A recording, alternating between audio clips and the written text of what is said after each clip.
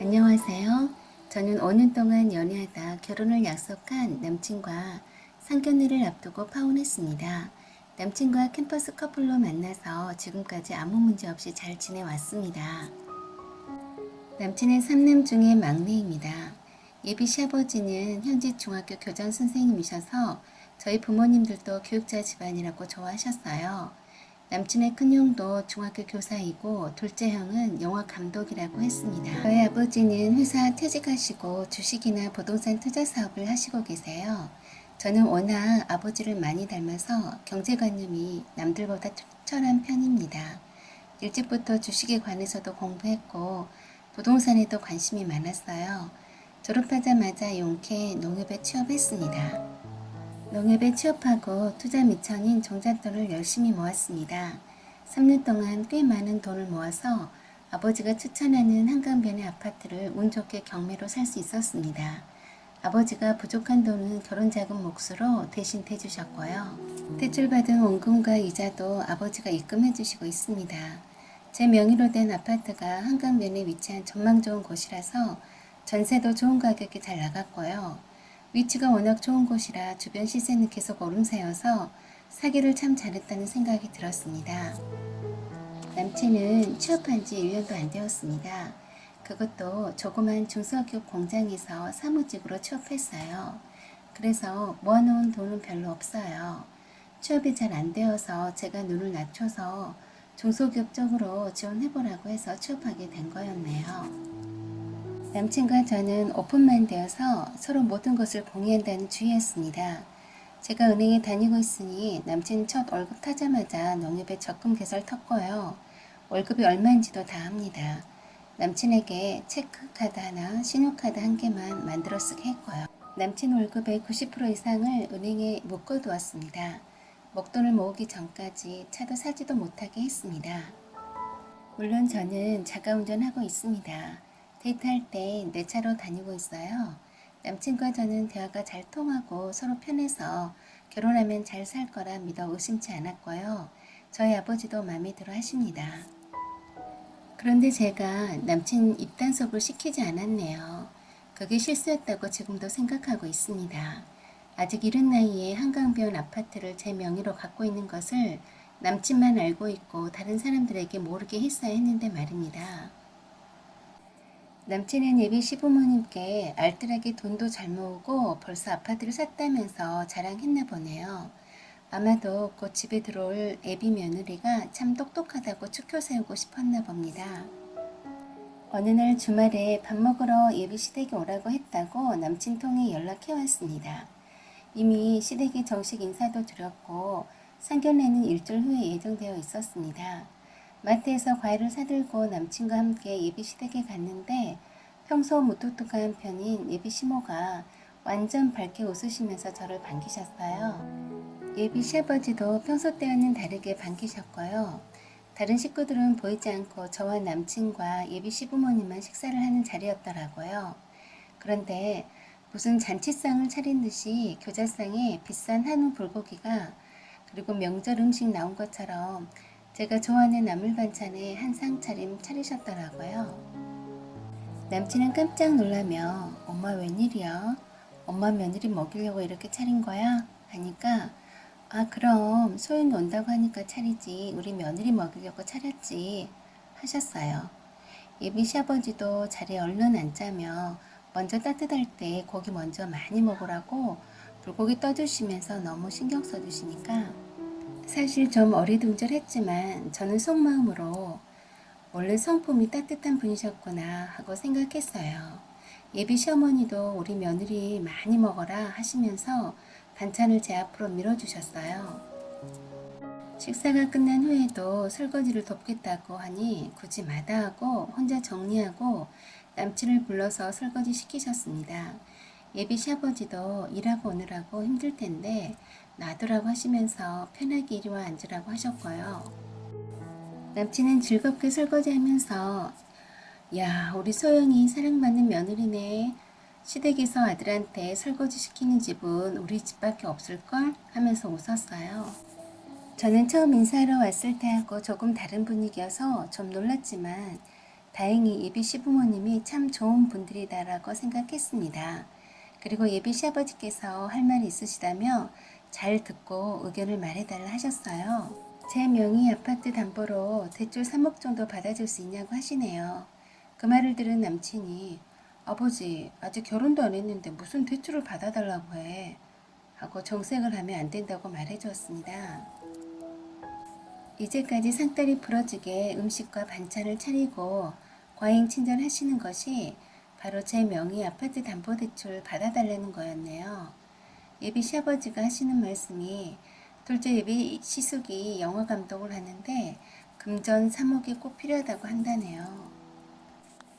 이미 예비 시부모님이 사시는 집도 1차 담보대출을 받아서 더 이상 받을 수 없다고 하시면서 미안하시다면서 꼭 부탁한다고 하셨습니다.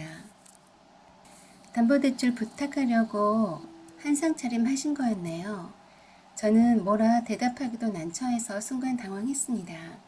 맛있게 밥도 얻어먹고 하기 애매한 분위기 속에서 해드린다는 말은 할 수 없고 딱 잘라서 해드릴 수 없다고 말하고 싶은데 어떻게 서로 분위기 쎄하지 않게 할지 몰라서 남친만 쳐다보고 웃었습니다. 남친도 엄청 당황스러워한 눈치였습니다. 연이어서 예비 시아버지가 이제 너도 우리 집 식구다. 식구가 어려울 때 서로 도와야 그래야 그게 사람이다. 같은 식구들끼리 돕지 않으면 누가 돕겠니? 하고 저보고 말씀하시더군요. 그러자 내가 여기 식구가 될지 안 될지 모르고 아직 결혼도 안 했는데요? 하고 말해주고 싶었는데 참았습니다. 예비 시모도 옆에서 우리 집 며느리인데 그 정도는 해주리라 믿는다. 고 못 박으시네요. 제가 어쩔 줄 몰라 하고 아무 말이 없자 예비 시아버지가 형제간의 우애를 다지는 것은 가장 큰 덕목으로 한다면서 한 식구이면 서로 돕고 살아야 한다고 일장 연설을 한참 하셨습니다. 확답을 받고 싶은지 다그치시길래 솔직히 말씀드렸습니다. 갑자기 말씀을 주셔서 당황스럽긴 하나 제 아파트도 은행대출 끼워서 산 거고 추가 대출 가능하다 해도 저희 부모님이 사주신 거나 마찬가지인데 제가 감히 내 명의라도 건드릴 순 없다라고 했습니다. 그러자 대번에 예비 시모가 정색을 하며 아니 네 명의로 된 걸 네가 알아서 하는데 무슨 소리 하는 거니? 돈 달라는 것도 아니고 다 갚을 텐데 같은 식구끼리 그래 야박하게 굴지 마라 하고 아까 태도와 다르게 싸늘하게 말씀하셨어요. 남친이 예비 시부모님에게 식구라고 해서 형한테 들어간 돈이 얼만데 또 그 밑빠진 독에 물 부으라고 해요. 했습니다. 그러니까 갑자기 예비 시부모님 두 분이 언성을 높이면서 남친 보고 호로자식이다라고 소리 지르셨습니다. 남친은 아직 결혼도 안 한 사람한테 담보대출 해달라고 하는 게 말이 되냐고 했고 예비 시모와 시부는 그런 남친을 보고 미친 새끼다며 어디 부모를 가르치려 드느냐고 저를 앞에 두고 싸웠습니다. 그러시면서 예비 시아버지가 남친을 보고 네가 이 모양이니까 시어머니, 시아버지가 어렵게 꺼낸 부탁을 가타부타 대답하지 않는 거다 하고 저를 두고 대놓고 야단치시네요. 좀 전에 그리 살갑게 대해주시던 예비 시부모님의 모습은 온데간데 없이 이미 사라졌더라고요. 그래서 제가 대답해드릴게요. 더 이상 싸우지 마세요. 했더니 부탁을 들어준다는 말로 알아들었는지 밝게 저를 쳐다보시더군요. 저는 예비 시모와 예비 시부에게 한 분 한 분 똑바로 쳐다보며 말했습니다. 정성껏 차려주신 저녁밥 정말 맛있게 잘 먹었습니다. 기회를 주신다면 제가 보답으로 맛있는 식사 대접해드릴게요. 그리고 식구들끼리는 돕고 살아야 한다고 하셨는데 전 이 집 식구가 되지 않겠습니다. 이게 제 답입니다. 하고 인사드리고 나왔습니다. 따라 나오는 남친에게도 파혼하자고 말해주고 다음 주에 상견례도 없을 것이라고 말했습니다. 남친은 물론 파혼은 안 된다며 자기 형과 부모 때문에 헤어질 수 없다고 생떼를 썼지만 저는 안 되는 건 안 되는 거라고 헤어지자고 했습니다. 그렇게 5년 동안 사귀었던 남친과 상견례 앞두고 파혼했습니다. 사연은 여기까지입니다. 여러분의 의견과 생각을 말씀해 주세요. 지금까지 시청해주셔서 감사합니다. 사연 제보는 소중히 받아 읽어드리겠습니다. 구독 꼭 눌러주세요. 안녕하세요. 오만사입니다. 사연 시작하겠습니다.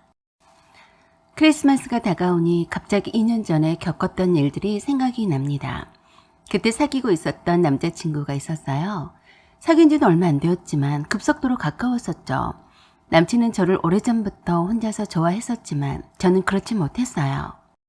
저는 시간을 두고 연애를 길게 할 생각이었는데 남자친구는 내심 결혼을 서두르려던 참이었던 것 같았습니다. 얼마 되지도 않아서 커플 반지로 비싼 백금 반지를 끼워주더니 목걸이도 해주고 발찌도 채워주고 그러더라고요. 저를 좋아해서 선물을 즐겨낸 남자친구가 참 좋았습니다. 저희 집이 가난한 편이라서 대학 다닐 때도 많을 때는 알바를 하루 서너 개씩 할 때도 있었고 장학금을 받지 못할까 봐서 항상 전전긍긍해하며 힘들게 학창 시절을 보내었었죠. 그래서 늘 돈을 많이 벌어서 여유롭게 살아보는 것이 소원이었습니다. 반대로 남자친구는 부모님이 경제적으로 지원을 확실히 해주는 듯 싶었어요. 한 번도 알바를 해본 적도 없었다고 했고 방학 때이면 해외여행 다니느라 바쁜 것 같더라고요. 남자친구는 졸업 후에는 따로 취업은 하지 않고 아버지의 사업체를 모델로 해서 무역업에 뛰어들었습니다. 남친 아버지의 경험과 노하우를 바탕으로 했기 때문이고 남친 아버지가 곁에서 물심양면으로 도우셔서인지 시작부터 아주 잘된 편이어서 돈을 잘 번다고 저에게 자랑했어요. 그런 남자친구가 싫지가 않았습니다. 그의 타고난 듯한 여유로움과 언제나 해맑은 듯한 웃는 모습이 좋았습니다. 그와는 반대로 저는 쉴 틈이 없이 일하고 치열하게 사는데도 늘 같은 자리였습니다. 늘 풍요롭지 못했고 매일 돈이 궁했어요. 자존심엔 남자친구에게는 티를 내지는 않았지만 저희 아버지는 공장 창고 관리인이세요. 그리고 엄마는 그 공장에 있는 식당의 보조 조리사이시고요. 처음부터 우리 집이 가난했던 것은 아니었는데 아버지가 하시는 일마다 뜻대로 되는 일이 없으셨다고 했습니다. 제 아래로는 남동생이 둘이나 있어서 제가 벌어서 동생들 학비도 용돈도 보태주어야 합니다. 부모님이 버시는 돈으로는 생활비를 감당키는 무리였어요. 아버지는 그 나이 때 비교적 좋은 대학에 나오셨는데 당시에 있는 대기업에도 골라서 갈 수도 있었다고 했습니다. 그때는 지금처럼 대기업이나 유명 은행이나 공기업에서도 지도교수 추천장만 있으면 바로 취업이 되었다더군요. 아버지 세대에는 더욱더 들어가기 힘들었다던 인류대학에 잘나가는 법과대학을 다니셨기 때문이었죠. 아버지가 사업을 하실 때에는 고등학교나 대학 동창회에도 잘 나가셨고 친구들과도 자주 어울리셨다고 하셨어요. 하지만 지금은 그렇지 못하고 계셨어요. 누가 알아차리기라도 할까 봐서 거의 운둔형처럼 숨어 지내듯이 아무하고도 연락을 하지 않고 지내고 계셨습니다. 그런 아버지가 늘 안쓰러웠어요. 수차례 걸쳐서 야심차게 시작했던 사업도 망하고 잘 나가던 주식도 큰 손해를 지고 빚을 지게 되면서부터 그때부터 그야말로 아버지는 공장 일부터 이것저것 돈 되는 잡일들을 마다하지 않고 하셨습니다. 당장의 빚을 갚고 먹고 살기 바빠서 닥치는 대로 힘든 일을 마다하지 않고 하시게 되었었죠. 경제적으로 주변의 도움을 받을 처지가 못 되었던 아버지는 그런 모습들을 친구들에게 보여주고 싶지 않으려 하셨습니다. 이제는 몸도 좋지 않으신 편이라서 그나마 편한 공장 창고 관리인에도 만족하셨어요. 그런 아버지를 엄마는 무척 마음 아파해 하셨어요. 좀 더 큰 일을 하실 뿐인데 일이 잘 풀리지 않아서 그런 것뿐이라고 하셨습니다. 잘 나가던 사업이 망하면 신사 한탄만 하다가 가족들에게 진산직만 부리는 인간들도 많은데 그러지 않고 자식들을 위해서 열심히 살아주는 아버지가 고맙다고 했습니다.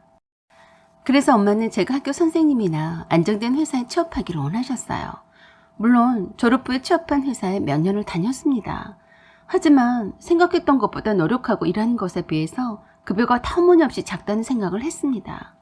남동생들 뒷바라지와 부모님들의 노후까지 생각했던 저로서는 저축은커녕 말짱 이 팔자 이 신세를 면치 못하겠더라고요. 그러면서 이런저런 돈 되는 부업거리를 찾다가 무역 온라인 사업을 하고 있는 지금의 남자친구에게 조언을 구했었죠. 그동안 호감을 가졌으면서도 내 주변만을 맴돌면서 대시를 하지 못했던 남자친구에게는 절호의 기회였던 거죠. 그렇게 해서 남자친구의 적극적인 대시 공세로 연애를 하기 시작했던 겁니다. 저는 저희 집 장녀로서 동생들과 몸이 편찮으신 아버지를 대신해서 돈을 많이 벌고 싶었습니다. 식당에서 참모 일을 하고 있는 엄마도 그만두시게 하고 편히 쉬게 해드리고 싶었어요. 그러자면 돈을 더 많이 벌어야 했고 결혼은 꿈도 꾸지 않았습니다. 그와는 반대로 남자친구는 제가 어려운 가정 형편인 줄은 알고는 있었어도 찢어지게 가난한 편은 아니라서 제가 그런 생각까지 갖고 있었는 줄은 몰랐었던 것 같았어요. 그냥 일 욕심이 많고 능력이 있고 똑똑한 예쁜 여자라고만 생각했던 거죠. 주로 저희들의 연애의 반경은 남자친구의 사업체와 제가 일하는 곳인 집 주변이었어요. 남자친구가 그 짧은 시간 내에 많은 수익을 올리고 있는 사업에 대해서 저는 지대한 관심을 보였고 끊임없이 그 노하우를 배우기 위해서 열심히 남자친구 사업체에 드나들었었죠. 남자친구는 결혼까지 생각하고 있는 아가씨와 연애 중이란 사실을 남친 가족에게 알렸던 모양입니다. 저와는 전혀 결혼 말은 오고 가지 않은 상태였는데 말이죠. 남자친구는 크리스마스 전날 저녁에 자기 사업체에 있는 직원들과 함께 작은 파티를 연다면서 오라고 했어요. 그래서 별 생각 없이 약속한 시간보다 조금 늦게 남자친구 사무실에 찾아갔습니다. 크리스마스 트리도 멋지게 해놓고 족발에 감자탕에 맥주 안주에 엄청 많이 차려놓고 파티 분위기를 연출을 해놨더라고요. 그리고 거기에는 남친의 어머니와 누나가 와 있었어요. 차린 음식들의 대부분은 남친의 어머니가 준비해 주신 거였더라고요. 남친이 톡으로 어머니와 누나가 올 거라고 보냈다는데 제가 바빠서 그만 보지 못했습니다. 평소 일하는 복장 그대로였죠. 그런 줄 알았다면 좀 더 신경 쓰고 왔거나 파티에 초대받아 온 입장이라서 뭐라도 선물이라도 준비했을 겁니다. 그날따라 하던 일이 마무리가 덜 되어서 남자친구의 성화에 못 이겨서 겨우 일을 끝내고 부랴부랴 달려왔던 거였어요. 이미 식사를 한참 하는 중이었고 남친의 어머니와 누나는 식사를 다 마쳤더라고요. 평소에 자주 드나들던 곳이라서 편한 마음으로 왔었는데 남친의 선물을 준비해야 한다는 걸 깜빡했었네요. 아주 이쁘게 장식한 트리 옆에 알록달록한 화려한 포장지로 쌓여서 놓여진 선물 꾸러미들을 보고서 생각이 나더군요. 남자친구가 어머니에게 저를 소개를 시켜줬고 공손히 인사를 드렸습니다. 솔직하게 제가 궁금해서 일부러 찾아왔다고 하셨어요. 남자친구의 누나도 그러더라고요. 우리 성철이한테서 많이 들었어요. 반가워요. 참 두 분 다 성품이 좋아 보였습니다. 남자친구의 어머니와 누나의 옆자리를 제 자리로 비워두고 기다렸더라고요. 남자친구의 어머니는 제가 오지 않아서 남자친구도 식사를 아직 하지 않았다면서 일이 많아서 늦었냐고 묻더라고요. 괜시리 늦은 걸 탓하시는 것 같아서 저도 모르게 대충 일 핑계를 대고 둘러댔습니다. 그리고 묻더군요. 우리 아버지의 직업을요. 저희 아버지 일을 부끄럽게 생각해 본 적은 없었지만 무슨 면접 보듯이 질문하는 남자친구의 어머니 태도에 왠지 당황스러웠습니다. 그래도 솔직하게 말씀을 드렸어요. 공장 창고 관리인으로 일하고 계세요. 관리인? 변호사이시니? 아니요, 그냥. 그럼 공장 관리 책임자이시구나? 아니, 그게 아니고. 그러자 옆에서 듣고 있던 남자친구의 누나가 바로 그러더라고요. 그럼 혹시 경비 서는 일을 하시는 거예요? 네, 그런 셈이죠. 그러자 갑자기 남자친구의 어머니와 누나의 표정이 놀라고 실망하는 눈치가 바로 보였습니다. 그런 남자친구의 어머니와 누나를 향해서 남자친구가 눈짓으로 가만히 있으라고 눈치를 주는 듯 했었고 그런 모습을 본 저는 자존심이 상하기 시작했습니다. 그래서 제가 말했어요. 저희 아버지가 직업이 창고 관리인이셔도 한 번도 부끄럽다고 생각해 본 적은 없습니다. 저희 아버지는 제가 아는 어느 누구보다도 제가 존경하는 분입니다. 그러자 남자친구의 어머니가 그러시더라고요. 누가 뭐라고 했니? 그럼 어머니는 집에 그냥 계시니? 아니요, 아버지와 같은 곳에 있는 식당에서 일하고 계십니다. 뭐? 식당 일을 한다고? 또 한 번 놀라며 톤이 높아진 목소리에 딱 봐도 완전 실망했다는 표현이 가득해 보였습니다. 남자친구 어머니는 그 뒤로는 더 이상 질문을 하지 않더군요. 냉랭한 정적감이 다 말해주는 듯 싶었습니다. 보자마자 물어보는 우리 부모님의 직업에 실망했다는 것을 금방 알겠더라고요. 남자친구의 어머니가 웃는 모습이 첫인상이 참 좋아 보였는데 그새 웃음기가 사라진 굳은 표정의 얼굴을 보니 참 마음이 불편했습니다. 먹던 음식이 찰 것 같아서 깨작거리다가 말았어요. 그러자 남자친구가 기분 전환이라도 시키려는 듯이 준비한 선물 증정식을 하기 시작했어요. 남자친구와 함께 일하는 직원 4명과 저를 포함해서 남자친구의 어머니와 누나 것까지 다 선물을 준비했더라고요.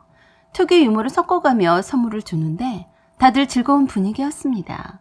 직원에게는 남자친구 회사명이 새긴 텀블러와 직원과 함께 만든 달력과 소등의 현금 봉투가 건네어졌어요. 다들 직원들과 함께 모델이 되어서 만든 달력을 보면서 신이 났었고 보너스 같은 예상치 못했던 현금 봉투에 박수치고 난리가 났습니다. 완전 파티 분위기가 제대로 났어요. 저도 얼른 사업을 잘 키워서 저렇게 해야지 라고 생각했습니다. 그리고 남자친구는 남자친구의 어머니에게도 선물을 드렸어요. 엄마, 그동안 저를 낳아서 키워주셔서 참 감사했습니다. 어머니 아들이 그동안 돈 많이 번 것도 다 어머니와 아버지 덕분이에요. 라고 하면서 큼지막한 선물을 드렸습니다. 남자친구의 그 곰살맞은 멘트와 생각보다 너무도 큰 선물 상자에 놀라서 엄청 좋아를 하시더라고요. 바로 선물을 펼쳐서 열어보시더니 감탄을 하셨습니다. 커플로 특별히 깔맞춘 유명 브랜드의 방한용 코트였어요. 거기에다가 커플 시크 잠옷 세트와 겨울용 가운까지 완벽하더라고요. 세심하고 다정하게 신경 써서 선물해주는 남자친구에게 남자친구 어머니가 볼에 뽀뽀를 하고 즐거워하셨습니다. 남친의 누나에게는 데이트 비용이라며 현금 봉투를 줬고요. 그리고 맨 마지막에 저에게도 선물을 주었습니다. 그리고 저에게는 집에 돌아가서 선물을 열어보라고 했어요. 하지만 남자친구의 누나와 어머니가 궁금하다며 왜 웅큼스럽게 몰래 혼자서만 선물을 열어보라고 하는 거냐며 뭐라 했습니다. 그래도 굳이 남자친구가 안 된다며 둘만이 공유하고 싶은 것도 있다고 하면서 열어보지 못하게 했습니다. 그러자 아무래도 수상하다면서 갑자기 남자친구 어머니 얼굴이 싸늘해졌어요. 남자친구 누나도 그러더군요. 야, 궁금하게 뭘 그리 숨겨. 좀 보면 어떻다고. 그래서 제가 남자친구에게 그랬어요. 그래, 궁금한데 지금 보자. 제 말이 채 떨어지기가 무섭게 바로 남자친구의 누나가 제 선물 꾸러미를 뜯기 시작했습니다. 그러자 남자친구가 그러는 자기 누나에게 소리쳤어요. 누나, 지금 뭐하는 짓이야? 남의 선물을. 라고 하면서 선물을 못 뜯도록 가로챘습니다. 저도 남자친구 누나 행동에 좀 불쾌했었죠. 남자친구 누나는 그러더라고요. 아니, 궁금한데 지니 씨도 풀어보자고 하잖니. 지니 씨, 얼른 풀어보세요. 그렇지만 저는 생각을 바꿨어요. 남자친구가 뜯지 말라고 하는 데는 이유가 있다고 생각해서 선물을 주는 사람의 성의를 생각해서 집에 가서 혼자서 풀어보겠다고 했습니다. 그랬더니 남친 누나가 남친을 보면서 그러더라고요. 유난을 떤다. 궁금해서 지금 보면 어떻다고. 좀 수상하네. 남자친구 어머니는 저에게 그러시더군요. 지니 씨는 우리 아들에게 선물은 하지 않는 거예요? 얘 엄청 사랑꾼이라서 선물을 자주 했을 텐데. 네, 미처 준비를 못했어요. 미안해 성철 씨, 잊지 않고 달래 선물은 꼭 할게. 라고 했는데 남자친구 어머니 표정이 조금 못마땅해 한 것 같았습니다. 이래저래 불편해진 마음에 화장실에 다녀오겠다고 하고서는 남자친구를 불러내서 잠깐 보자고 했어요. 화장실에 가는 길에 남자친구에게 말했습니다. 성철 씨, 어머니가 나를 참 마음에 들어 하지 않는 것 같다. 하필 이렇게 아무 준비도 없이 깨치지한 모습으로 나타났으니. 라고 했더니 남자친구는 미안하다며 어머니가 저를 보고 싶다고 친척부터 말씀하셨는데 제가 늘 바쁜 관계로 미루고 미뤄졌다고 하더군요. 그래도 아들의 여자친구를 보려고 저렇게 음식도 다 준비하셨다는 말에 다시 정신을 가다듬고 좋은 시간을 가져야겠다는 생각을 했습니다. 그리고 화장실에 다녀왔는데 글쎄 난리가 났더라고요. 직원들이 서로 앞다퉈서 제 남자친구가 최고다고 하는데 무슨 말인가 했어요. 저와 남자친구가 나간 사이에 남친의 누나가 그 새 선물을 열어봤더라고요. 그냥 궁금해서 아무도 모르게 티나지 않게 보고 못 본 척 하려고 했었는데 샤넬 명품 백이 들어있는 걸 보고서 기절 초풍할 뻔했다네요. 놀라서 뒤로 나자빠질 뻔한 남친 누나를 보고서 모두들 달려들어 펼쳐봤다고 했습니다. 감탄을 하는 직원들과는 다르게 남친의 어머니와 누나는 기가 막혀하는 모습이었습니다. 마치 남친에게 미쳐도 단단히 미쳤다는 표정으로 째려보고 계셨어요. 그 모습만으로도 많은 걸 말해주더군요. 엄마, 누나, 지금 예의 없이 무슨 짓이야? 어쩐지 이상하게 감춘다 했다. 무슨 큰 잘못이나 한 것처럼 어험하게 남자친구를 바라보시는데 저는 참 무안했습니다. 그래서 제가 그랬네요. 성철 씨, 내게 이런 과분한 선물은 고마운데 난 받을 수 없겠어. 그 마음만은 받은 걸로 할게. 그리고 성철 씨 어머니 처음 뵌 자리에서 먼저 가게 되어서 죄송하네요. 전 이만 가보겠습니다. 라고 하고 나와버렸습니다. 남자친구는 저를 쩔레쩔레 따라 나와서는 계속 미안하다고 했어요. 저는 그냥 미안해 할 필요 없다고 다시 한번 말해주고 집으로 돌아가려고 했는데 바래다 주겠다면서 샤넬백이 든 선물 상자까지 들고 왔더라고요. 저는 거듭해서 선물을 받지 않겠다고 단호히 말을 했고 혼자서 택시 타고 가겠다면서 집으로 돌아왔습니다. 그동안 남친에게 받은 선물은 차고도 넘치네요. 저는 제대로 된 선물 한번 못 해준 것이 사실입니다. 샤넬백은 저에게는 과분하고 지나치게 사치스러운 선물임에는 틀림없습니다. 하지만 남자친구는 그날 저녁 늦게까지 저희 집 앞에 선물을 들고 찾아왔습니다. 자기가 이 선물을 사면서 얼마나 행복했고 즐거웠는지 모른다면서 저를 향한 그런 진심 어린 마음을 거절하지 말아달라더군요. 이런 기쁨과 보람 때문에 또 열심히 일할 수 있고 신나는 하루하루를 살 수 있는 거라면서 저를 향한 사랑하는 마음을 전했습니다. 저는 남자친구의 그 말에 감복을 했고 남자친구를 향한 마음이 더 깊어지는 듯 했습니다. 그렇지만 그 다음 날 남자친구의 어머니에게서 전화가 왔습니다. 간단히 말해서 잠깐 사귀는 것까지야 뭐라고 할 말은 못하겠지만 결혼은 절대 반대하니까 알아서 처신하라더군요. 그리고 두 번 다시 얼굴을 보거나 연락할 일이 없게 해달라고 부탁했습니다. 그리고 그러시더군요. 어차피 헤어질 텐데 내 아들이 어제 선물해준 샤넬백은 돌려주도록 해요. 내가 지금 내 딸을 아가씨 집으로 보낼 테니까 포장한 그대로 돌려줘야 해요. 라고 하고서는 할 말만 하고 끊어버렸습니다. 참 기분이 더럽더군요. 한참 후에 어제 봤었던 남자친구의 누나가 전화했어요. 진희씨, 우리 엄마 전화 받았죠? 곧 도착할 것 같으니까 샤넬백 잘 포장해서 가지고 집 앞으로 나오세요. 아, 그리고 오빠가 선물한 것 중에 또 명품 있으면 그것도 함께 돌려주세요. 헤어지는 마당에 깨끗하게 돌려주고 돌려받는 게 맞죠? 저는 너무 치욕스러워서 그랬어요. 미안하지만 성철씨와 헤어진다는 말은 한 적이 없어요. 돌려드려도 성철씨한테 돌려드릴 테니 알아서 하세요. 라고 하고서는 끊어버렸고 곧바로 이 같은 사실을 남자친구에게 알렸더니 불이 났게 집 앞으로 달려왔습니다. 우리 집 앞에서 만난 두 사람은 서로 아웅다웅하고 다투더라고요.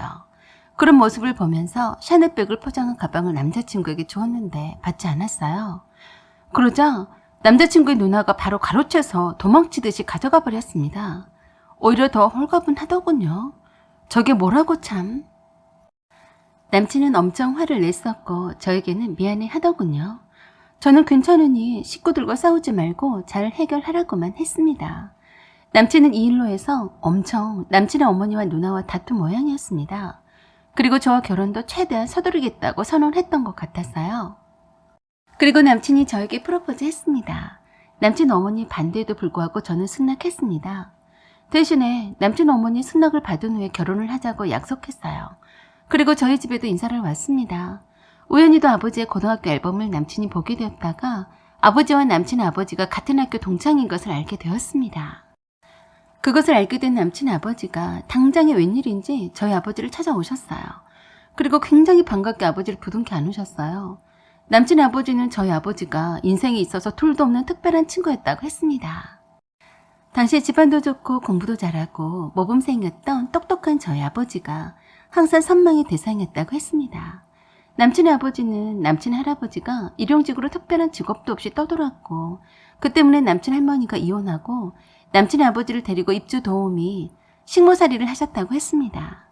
그렇게 어린 마음에 잘 사는 집의 애들과 비교당하며 무시받으면서 마음을 다치기도 했고 약간 삐뚤어졌었다고 했습니다. 세상에 자기 자신처럼 불쌍하게 태어난 사람도 없을 거라며 비관만 하면서 되는 대로 막 살았대요. 그런데 고등학교란 곳에 왔더니 생전 처음에 자기에게 진심 어린 바른 말을 해주는 사람이 생겼답니다. 그게 바로 저희 아버지셨대요.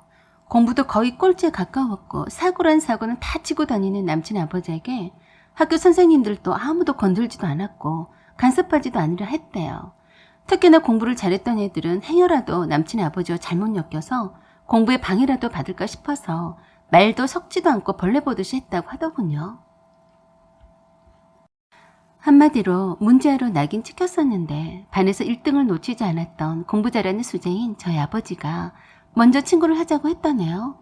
그리고 그렇게 싫어하는 가정 환경에서 벗어나려면 공부를 해야 한다며 포기하지 말라고 했답니다. 그때가 고등학교 1학년 때였는데 신선한 충격이었다고 했습니다.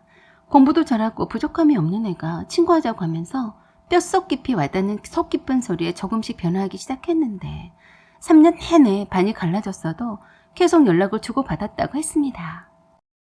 고3 때부터 공부하느라 연락이 뜸해지면서 남친의 아버지가 재수하고 저희 아버지가 대학에 진학하면서 서로 연락이 끊겼다고 했어요. 그 후로 잊지 못하고 동창회에서 소식을 듣긴 했지만 만날 수는 없었다고 했는데 이렇게 만나게 되어서 얼마나 기쁜지 모른다고 했어요.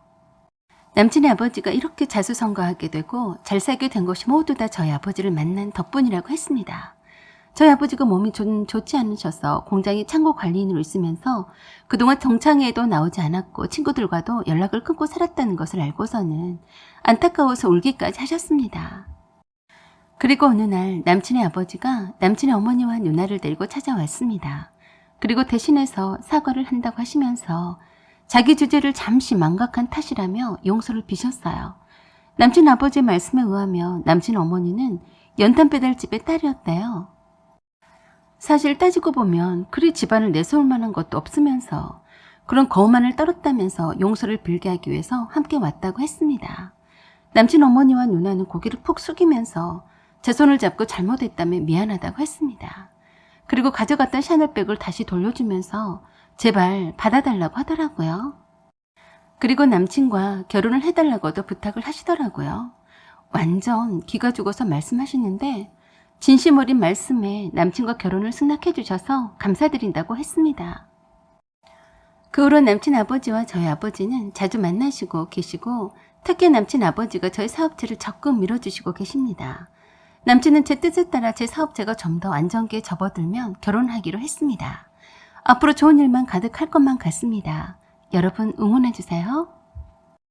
사연은 여기까지입니다. 여러분의 생각과 의견을 말씀해주세요. 구독과 좋아요 그리고 알림 설정 부탁드려요. 지금까지 시청해주셔서 감사드립니다. 항상 행복하세요. 안녕하세요. 저는 5년 동안 연애하다 결혼을 약속한 남친과 상견례를 앞두고 파혼했습니다. 남친과 캠퍼스 커플로 만나서 지금까지 아무 문제 없이 잘 지내왔습니다. 남친은 3남 중에 막내입니다. 예비 시아버지는 현직 중학교 교장 선생님이셔서 저희 부모님들도 교육자 집안이라고 좋아하셨어요.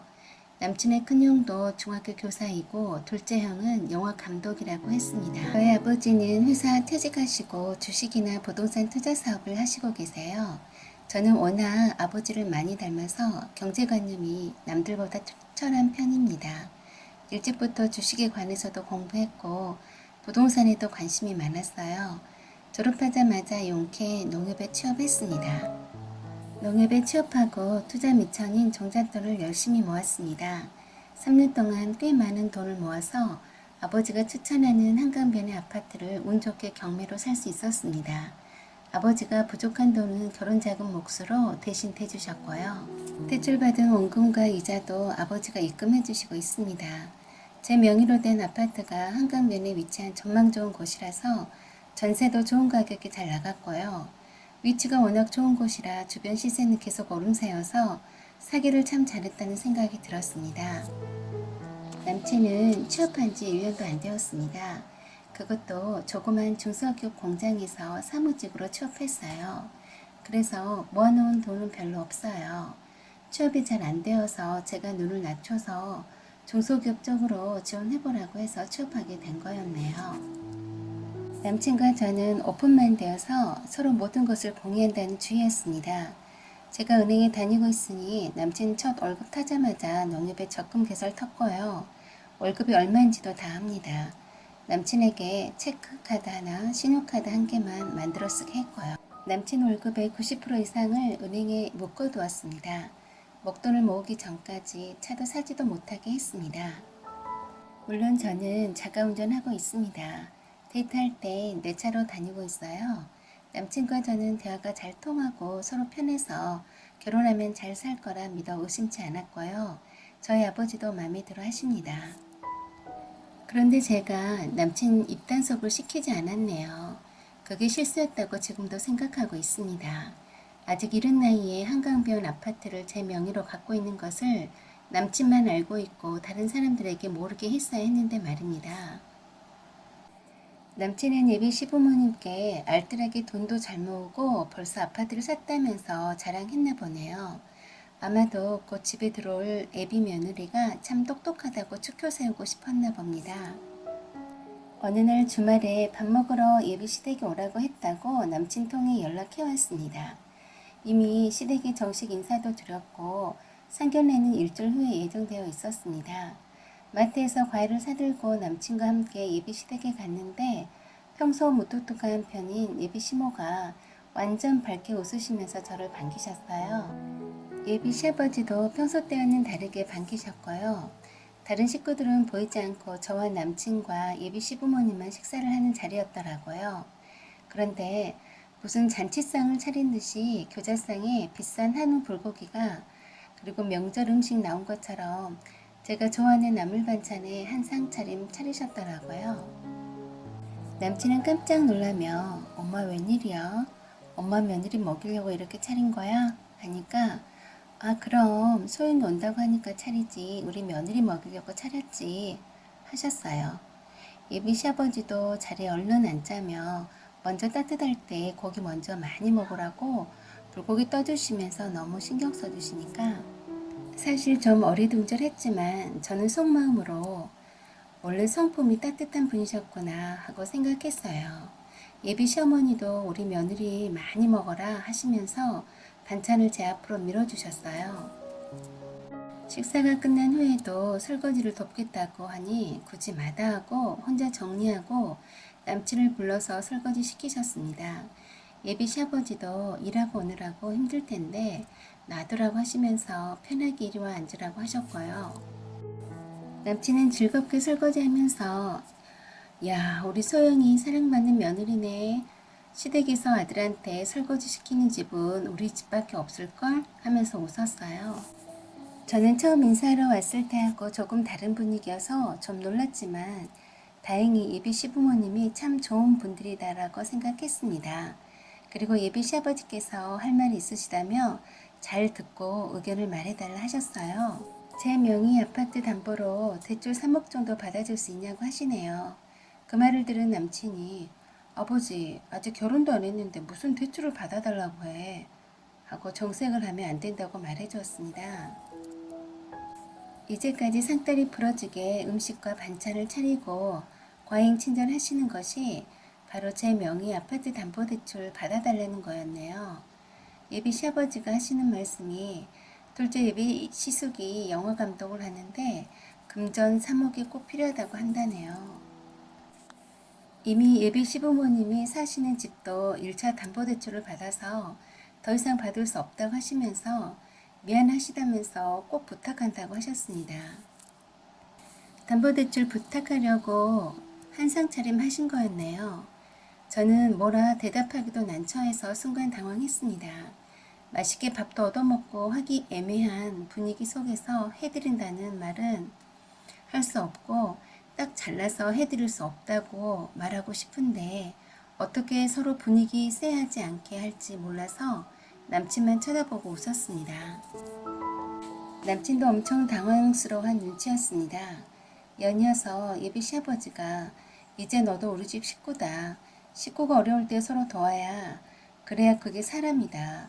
같은 식구들끼리 돕지 않으면 누가 돕겠니? 하고 저보고 말씀하시더군요. 그러자 내가 여기 식구가 될지 안 될지 모르고 아직 결혼도 안 했는데요? 하고 말해주고 싶었는데 참았습니다. 예비 시모도 옆에서 우리 집 며느리인데 그 정도는 해주리라 믿는다. 고 못 박으시네요. 제가 어쩔 줄 몰라 하고 아무 말이 없자 예비 시아버지가 형제간의 우애를 다지는 것은 가장 큰 덕목으로 한다면서 한 식구이면 서로 돕고 살아야 한다고 일장 연설을 한참 하셨습니다. 확답을 받고 싶은지 다그치시길래 솔직히 말씀드렸습니다. 갑자기 말씀을 주셔서 당황스럽긴 하나 제 아파트도 은행대출 끼워서 산 거고 추가 대출 가능하다 해도 저희 부모님이 사주신 거나 마찬가지인데 제가 감히 내 명의라도 건드릴 순 없다라고 했습니다. 그러자 대번에 예비 시모가 정색을 하며 아니 네 명의로 된 걸 네가 알아서 하는데 무슨 소리 하는 거니? 돈 달라는 것도 아니고 다 갚을 텐데 같은 식구끼리 그래 야박하게 굴지 마라 하고 아까 태도와 다르게 싸늘하게 말씀하셨어요. 남친이 예비 시부모님에게 식구라고 해서 형한테 들어간 돈이 얼만데 또 그 밑빠진 독에 물 부으라고 해요. 했습니다. 그러니까 갑자기 예비 시부모님 두 분이 언성을 높이면서 남친 보고 호로자식이다라고 소리 지르셨습니다.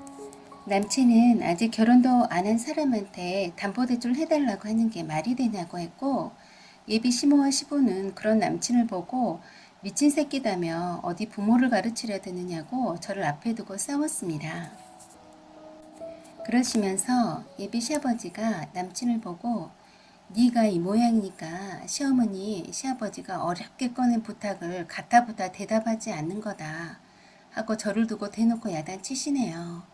좀 전에 그리 살갑게 대해주시던 예비 시부모님의 모습은 온데간데 없이 이미 사라졌더라고요. 그래서 제가 대답해 드릴게요.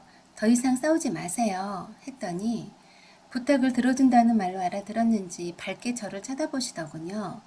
저는 예비 시모와 예비 시부에게 한 분 한 분 똑바로 쳐다보며 말했습니다. 정성껏 차려주신 저녁밥 정말 맛있게 잘 먹었습니다. 기회를 주신다면 제가 보답으로 맛있는 식사 대접해 드릴게요. 그리고 식구들끼리는 돕고 살아야 한다고 하셨는데 전 이 집 식구가 되지 않겠습니다. 이게 제 답입니다. 하고 인사드리고 나왔습니다. 따라 나오는 남친에게도 파혼하자고 말해주고 다음 주에 상견례도 없을 것이라고 말했습니다. 남친은 물론 파혼은 안 된다며 자기 형과 부모 때문에 헤어질 수 없다고 생떼를 썼지만 저는 안 되는 건 안 되는 거라고 헤어지자고 했습니다. 그렇게 5년 동안 사귀었던 남친과 상견례 앞두고 파혼했습니다. 사연은 여기까지입니다. 여러분의 의견과 생각을 말씀해주세요. 지금까지 시청해주셔서 감사합니다. 사연 제보는 소중히 받아 읽어드리겠습니다. 구독 꼭 눌러주세요. 안녕하세요. 시어머니 생신상 엎어버린 강큰 며느리입니다. 지금도 그때 일은 후회하고 있지 않습니다. 속으로 끙끙 앓다가 화병 나서 억울하게 내 몸만 상하느니 제대로는 아닐지라도 어찌됐든 시모 생일밥상 엎었으니 나름 속이 다 후련했습니다. 시모 생일상 엎어버렸으니 못된 시어머니 생일날만 되면 며느리한테 생일상 벼락 맞은 거 두고두고 기억되게 생기겠네요. 그러게 적당히 하셨어야죠. 어른이시면 중심도 좀 잡으실 줄도 알아야지. 그저 걸레 같은 딸년 말만 듣고 며느리를 못살게 굴었으니 당해도 싸네요. 제가 설마니 시모 밥상을 엎을 줄은 아무도 예상도 못한 듯 시모 생일 밥상을 입으로 드신 게 아니라 온몸으로 받으셨으니 놀래기는 놀랐나 봅니다. 친정집에 도착하고서도 한참 뒤에나 걸레 같은 시누이가 잔뜩 화가 나서 전화 걸어 왔네요. 야, 이 미친 XX야. 당장 기어들어와. 너 내가 죽여버린다. 이 XX야. 얼마나 약이 오르고 화가 났는지 처음부터 끝까지 쌍욕을 했어요. 제가 그랬네요.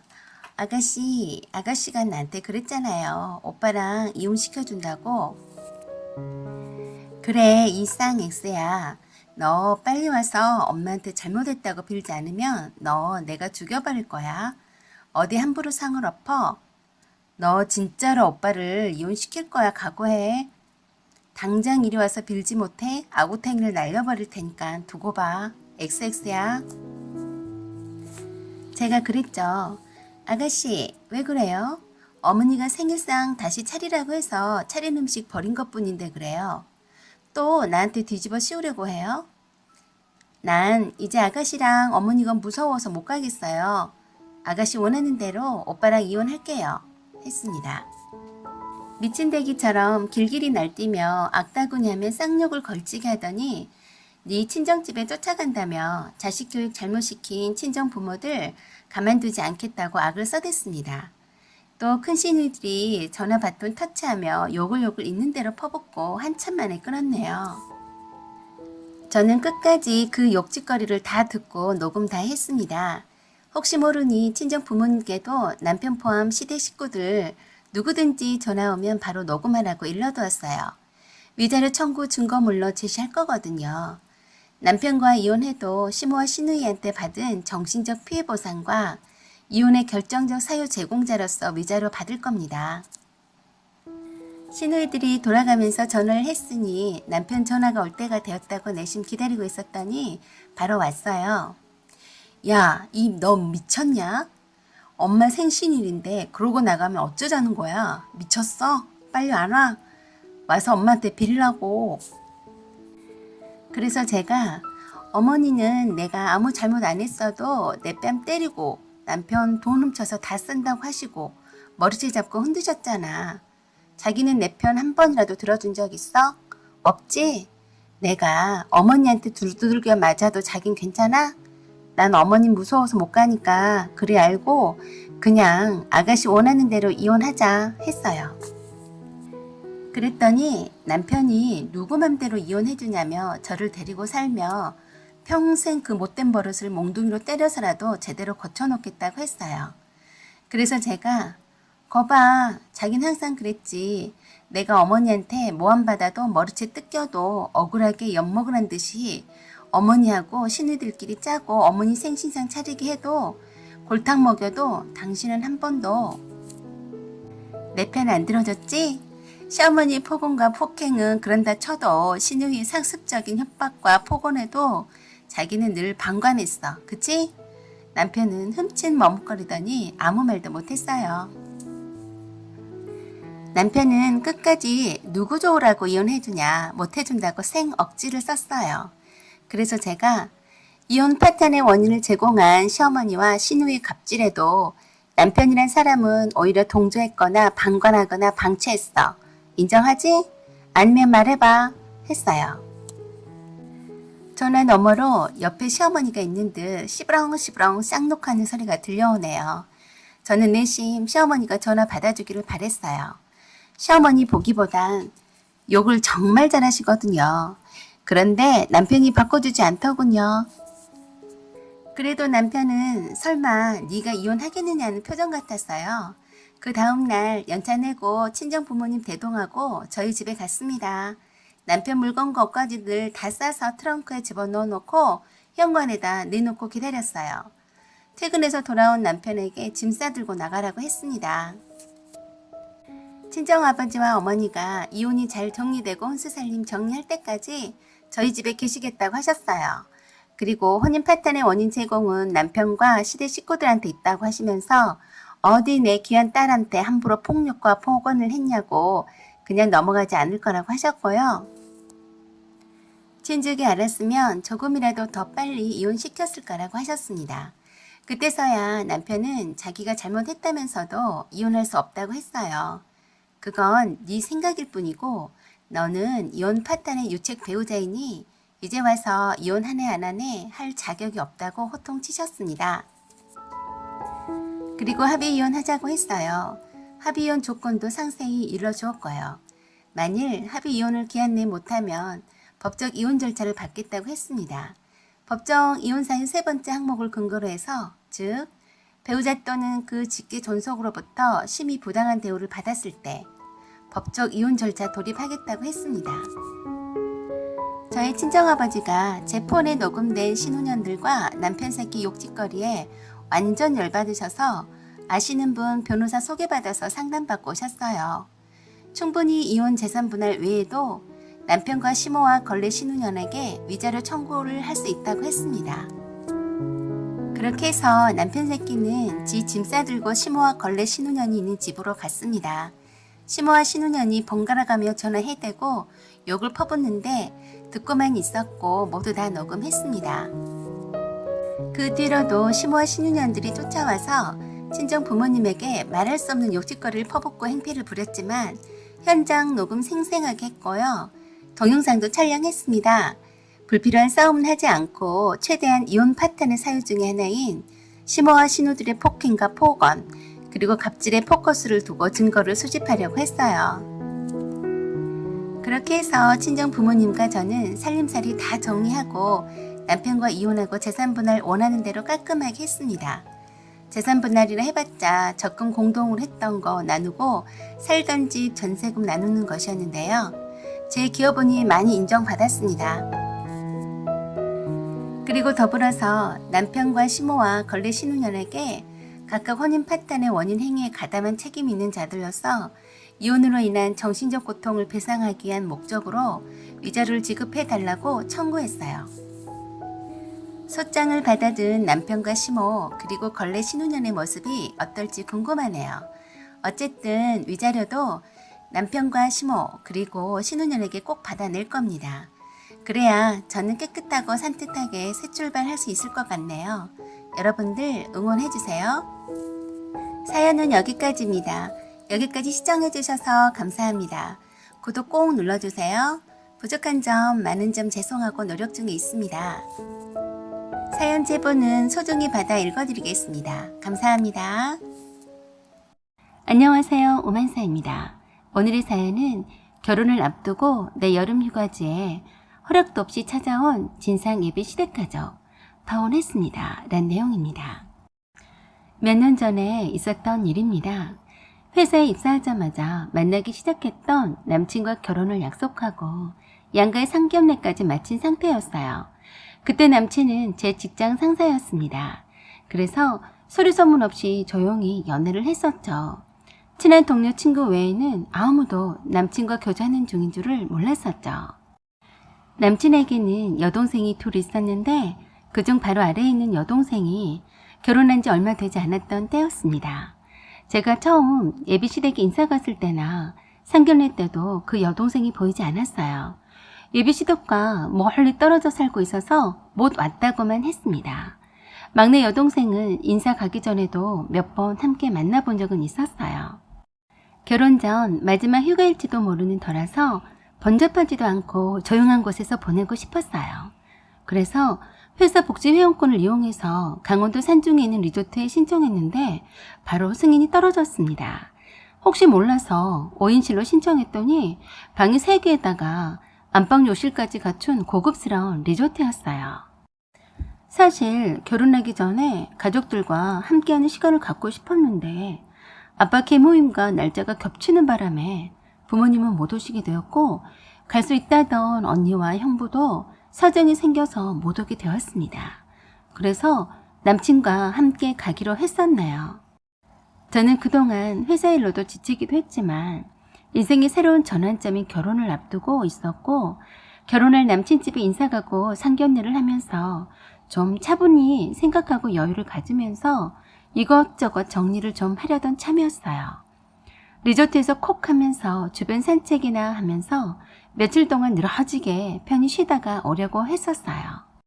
그래서 평소에 읽고 싶었던 책 한 권과 간식거리들만 간단히 챙겨서 가볍게 남친과 함께 제 여름 휴가지로 출발을 했습니다. 가는 도중에 남친의 결혼한 첫 번째 여동생에게서 전화가 왔어요. 오빠, 성희가 그러는데 오빠가 여름 휴가 벌써 떠났다고 하네? 라고 했어요.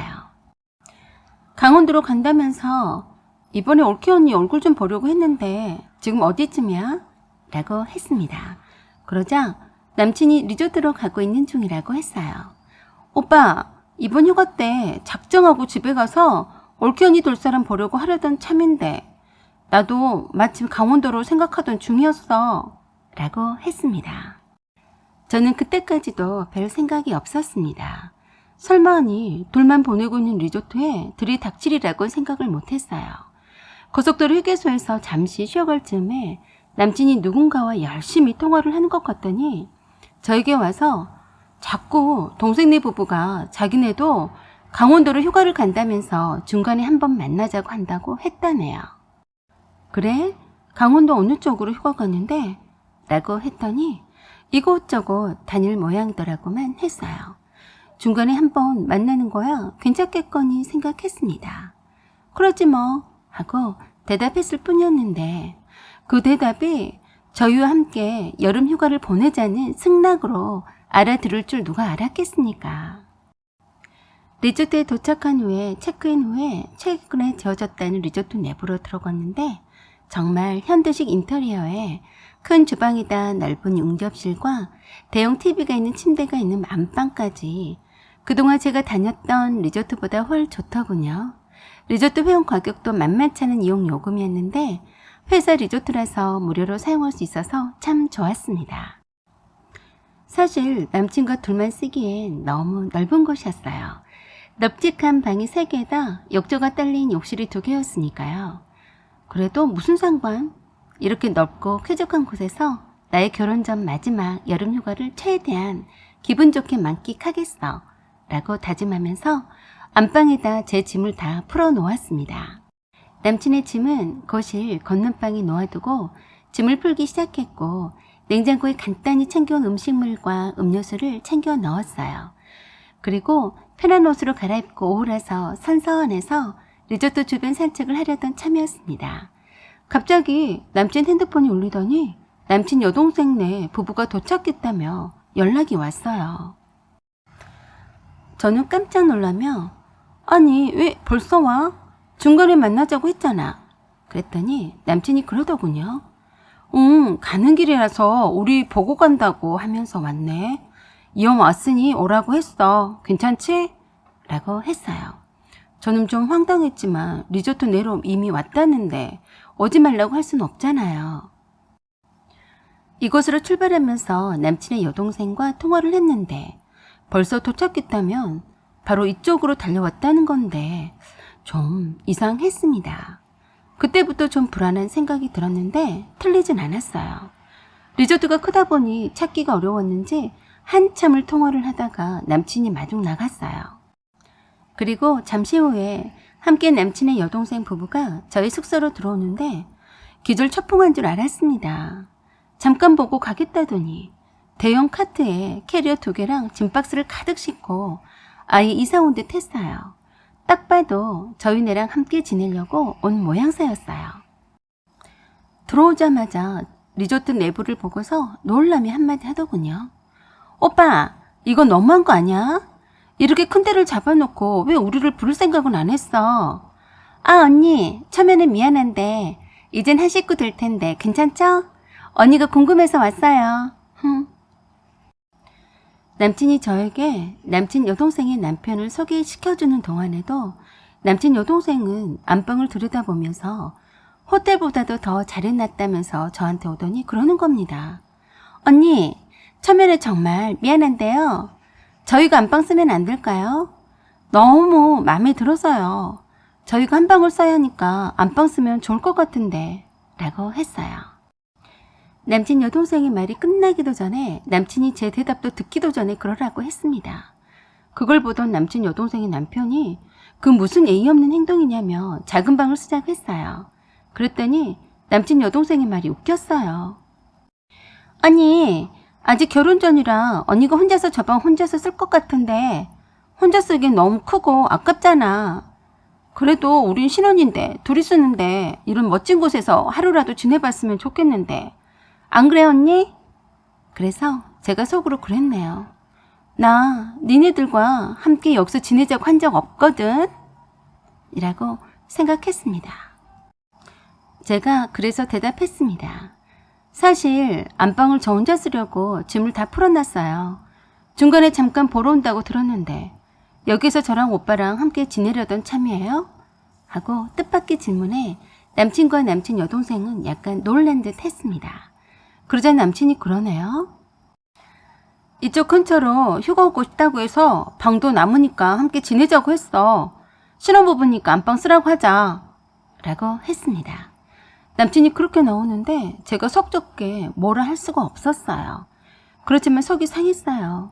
내가 신청해서 휴가 온 내 여름 휴가지에서 내 허락도 없이 무작정 찾아와서는 내 방을 찾아다니 기분이 좀 언짢았습니다.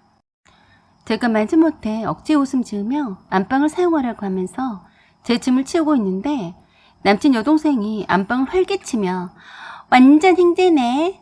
다음부턴 오빠네를 쫓아다녀야겠네. 언니 괜찮지? 라고 했습니다. 여동생의 남편은 저에게 연신 죄송하다며 머리 숙였어요. 안방에 있는 제 짐을 남친이 함께 치워주며 자기 여동생네 부부의 짐을 들여다 넣어주는데 참 얄미웠고 화가 났습니다. 남친이 쓰려던 거실 건넌방을 저에게 선심 쓰듯이 사용하라며 자기 짐을 빼고 제 짐을 그쪽 방으로 옮기더군요. 저는 방에 남친을 데리고 들어가서 한마디 했습니다. 왜 내 허락도 안 받고 동생네를 부른 거야?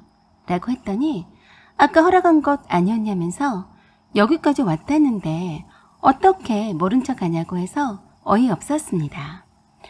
아니 작정하고 여기에 들어오겠다고 하면 오빠가 동생 잘 구슬려서 보내야 할 것 아니냐고 했어요. 갈 곳이 정해져 있지도 않다는데 그럼 어떡해. 우리 함께 있고 싶은 눈치인데 어떻게 모른 척하니? 네가 언니니까 마음을 너그럽게 써. 그래 동생들한테도 점수 좀 딸 거 아니야. 라고 하더라고요. 정말 어이가 없었어요. 그래서 그랬어요. 미안하지만 네 동생한테 점수 따고 싶은 생각 요만큼도 없어. 착각하지 마. 라고 했어요. 그리고 정신 사나우니까 제 방에서 나가라고 했습니다. 웃기고 있네. 내가 여름 휴가로 왔지. 네 동생들에게 점수 따러 왔니? 라고 속으로 생각했어요. 이 넓고 쾌적한 리조트 안에서 편안히 휴식을 취하려던 계획은 오자마자 물거품이 되어버렸습니다. 남친의 여동생이 신나서 거실을 활보하며 주방에서 이러쿵 저러쿵 하는 소리며 욕실도 크다며 좋다고 떠드는 소리를 들으며 저는 제 방문을 열어놓지도 못하겠더라고요. 조금 후에 남친 여동생이 노크도 없이 벌컥 문을 열더니 이 방도 꽤 크네. 베란다도 있고 경치 죽여준다. 언니 정말 좋은 데다가 숙소 잘 잡아놨네. 라고 했어요. 하면서 천진난만하게 말하는데 참 속이 없어 보였습니다. 초면인 오빠의 약혼녀한테 예의가 하나도 없어 보였어요. 한두 살 먹은 어린애도 아닌데 결혼까지 한 여자가 저리도 처리 없이 행동할까 싶어서 너도 한 남자 인생 잘 말아 잡술지 모르겠구나 하고 생각하면서 여동생의 남편이 안 돼 보이기까지 했습니다. 남친의 여동생은 편한 핫팬츠에 민소매 티만 입고서 자기 집처럼 활기를 치면서 다녔어요. 그런데 저는 여동생의 남편도 있는데 초면인데 예의 없이 짧은 반바지에 민소매를 입을 수 없어서 컬린 긴 바지에 반소매 티셔츠를 입었습니다. 조용히 리조트에만 있다갈 참이라서 옷도 많이 챙겨오지 않았었네요. 그런데 여동생은 얼마나 작정하고 왔는지 안방 북박이장에 원피스며 모자며 한 몇 달 살다 갈 사람처럼 옷을 줄레줄레 걸어놨더군요. 이걸 보니까 처음부터 작정하고 온 것인 줄 바로 알겠더라고요. 여동생의 남편이 저녁 식사는 초대해준 보답으로 대접하겠다고 해서 밖으로 나갔는데 거기는 산중이라 따로 식당이 없었고 구내 레스토랑만 이용할 수 있었는데 가격이 어마어마한다면서 차라리 구내 편의점에서 장을 봐다가 해먹자고 남친의 여동생이 그러더군요. 사실 편의점에 가봤자 살 게 시원한 음료수나 맥주엔 일회용 반찬 정도이지 장 봐서 요리해 먹을 게 별로 없었어요. 그래서 술안주거리와 맥주만 사서 숙소로 돌아와서 제가 가져온 쌀로 밥하고 대충 가져온 김치나 반찬으로 상을 차렸습니다. 그동안 남친과 남친 여동생 부부는 신나게 떠들면서 맥주 한 잔씩 미리 하고 있었습니다. 기껏 상을 차려놨더니 상을 싹 훑어보던 예비 시누이가 딱 숟가락을 조용히 넣더니 술 마시면 안주거리 집어먹어서 그런지 입맛이 없다며 수저를 놓았습니다. 참 맥이 빠지더군요. 집에서는 한 번도 밥 한 끼를 해보지 않던 서툰 솜씨로 어렵게나마 밥상을 조촐하게 차렸는데 먹는 신용도 하지 않고서 숟가락을 놓다니 이게 벌써 신의 시자짓을 하려는 건가 싶기도 했습니다. 그래서 저도 별로 입맛이 딱 사라졌지만 억지로 한두 숟가락 떠먹는 척 했네요. 저녁 식사 준비를 제가 다 했으니 설거지 정도는 남친의 여동생 해야 되는 건데 손 하나 까딱하지 않고 있더라고요. 그래서 제가 다 치웠고요. 식탁을 채우자마자 밥 안 먹어서 시장하다면서 치킨을 시켜달라고 남친에게 말하더라고요. 그런데 군소리 없이 남편이 치킨을 배달시켰습니다. 자기 집처럼 남친과 남친의 여동생 부부는 자기들끼리 떠들고 왁작지껄하게 얘기하는데 저는 이방인처럼 하나도 즐겁지가 않았어요. 그래도 분위기 맞추려고 맞장구도 쳐주면서 내색을 하지 않으려고 애를 썼습니다. 그래, 이번 기회에 시댁 식구들이니 좀 친해보는 계기로 삼자 라고 생각했었네요. 그런데 그 리조트에서 여름 휴가 기간에만 열리는 대형 워터쇼를 하는 걸 알고서는 남친의 여동생이 남친 부모님을 부르고 싶다고 했습니다. 자기 부모님이 한 번도 대형 분수쇼를 본 적이 없으니 이번 기회에 보여드리자고 하니까 남친도 대찬성하더군요. 그러자 저에게는 물어보나 마나 하다는 듯이 곧바로 예비 시부모님께 전화해서 내일 아침 일찍 출발해서 오라고 하더라고요. 그러면서 오시면서 반찬거리랑 고기랑 넉넉히 사오시라고 하는데 여기에 먹을 게 하나도 없으니까 많이 챙겨오라고 했습니다. 아마도 저녁상에 먹을 것이 없어서 사오란 말인 것 같았습니다. 저는 안 되겠길래 남친을 따로 방으로 불러서 부모님을 정말 오시라고 할 거냐고 했더니 당연하다는 듯이 부르더군요. 우리 엄마 아빠가 오시는 거 싫어? 너한테는 시부모님 되실 분이야. 지금부터 잘해서 점수 따야지. 안 그래? 그래서 제가 그랬네요. 말끝마다 점수 따야 한다고 하는데 내가 너랑 결혼하는데 점수가 부족하기라도 하는 거니? 그리고 내 여름 휴가인데 왜 자기 맘대로 식구들을 불러 모으는데?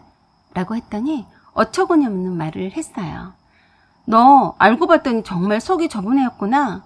네가 좀 더 양보하면 서로 화목하고 좋잖아. 왜 그러냐? 하면서 웃기다는 듯이 말하고 방을 나갔어요. 그런 남친의 태도에 화가 나서 제 방에서 나오지 않았는데 자기네들끼리 하하호호 떠들면서 밤새도록 술 마시면서 놀고 자빠졌더라고요. 저도 어느새 잠들었다가 아침에 일어나 보니 거실이 난장판이었어요. 예비 시부모님이 출발하시면서 전화를 하신 것 같았는데 남친이 잠에 빠져서 자느라 전화를 받지를 않더군요. 술에 취해서 방문을 다 열어놓고 대자로 퍼져서 전화벨이 울려도 모르더라고요. 그래서 제가 전화를 받았더니 왜 전화를 받지 않냐고 화를 내시는데 민망해 죽는 줄 알았습니다. 어머니 저 미정이에요. 지금 오빠가 아직 술에 취해서 잠든 거라서 전화를 못 받았나 봐요. 라고 했어요. 그래 미정이냐? 지금 시간이 10시가 넘었는데 아직도 안 일어났어? 지금 새벽부터 출발했으니까 곧 도착할 게다. 도착하면 또 전화할 거다. 라고 하셨습니다. 생각보다 부지런한 시부모님 때문에 깜짝 놀랐어요. 얼마나 일찍 출발하셨으면 벌써 도착하신다니. 그런데 거실은 시장바닥처럼 어젯밤 술 먹고 어질러 놓은 차로 여기저기 쓰레기가 널브러져 있었어요. 일단 열심히 치웠습니다. 설거지 통에도 하나 가득히 쌓여 있었어요. 하는 수 없이 맥주잔이랑 접시랑 커피 마신 잔이랑 모두 다 설거지를 바쁘게 했어요. 그렇게 난리를 치며 문 열고 청소하고 테이블과 식탁을 닦고 하는 중에도 안방에도 아무 기척이 없었고 남친도 코를 골면서까지 깊이 잠들어서 깨어날 줄을 몰랐습니다. 설거지가 끝나자마자 울리기 시작한 시어머니 전화를 받으라고 남친 귀에다 대주었는데도 아 귀찮아 하면서 돌아 누워서 다시 자더라고요. 어머니가 오셨으니까 일어나 라고 해도 소용없었어요. 자고 있는 모습이 얼마나 얄밉던지 생긴 것도 어쩜 저렇게 못생겼는지 쳐다보기도 싫더라고요. 하는 수 없이 제가 예비 시어머니 전화 받고 마중을 나갔네요. 그런데 두 분만 오신 게 아니었습니다. 남친의 막내 여동생까지 함께 왔더라고요. 남친의 여동생이 어찌나 자기 엄마 아빠랑 함께 오라고 해서 급히 연차 쓰고 해서 왔다고 하더라고요. 저는 말이라도 따뜻하게 잘 오셨다고 하면서 예비 시부모님이 한가득 장을 봐온 짐을 다 들어서 카트에 싣고 함께 올라왔습니다. 그때까지도 일어나지도 않고 퍼질러서 자고 있었어요. 예비 시어머니는 오시자마자 새벽부터 오느라고 아침을 걸렀다시면서 바쁘게 밥을 준비하자시면서 장 봐온 것을 꺼내셨어요. 제가 음식을 할 줄 아는 게 없어서 예비 시모가 준비하시는데 저는 옆에서 서서 거들었어요. 예비 시어머니가 양념에 재워오신 고기를 굽고 야채를 씻고 상을 차려서 아침 겸 점심으로 먹고 난 후에 설거지까지 마치니까 그때서야 남친이 깨어났습니다. 그러자 예비 시어머니가 저에게 아까 고기 남은 걸 볶아서 쌈에 먹으라고 차려주라고 했어요. 그래서 네 하고 다시 주방에 들어가서 야채 꺼내고 후라이팬에 고기 굽고 있었더니 얄밉게도 아주 흐뭇한 표정으로 쳐다보고 있기만 했습니다.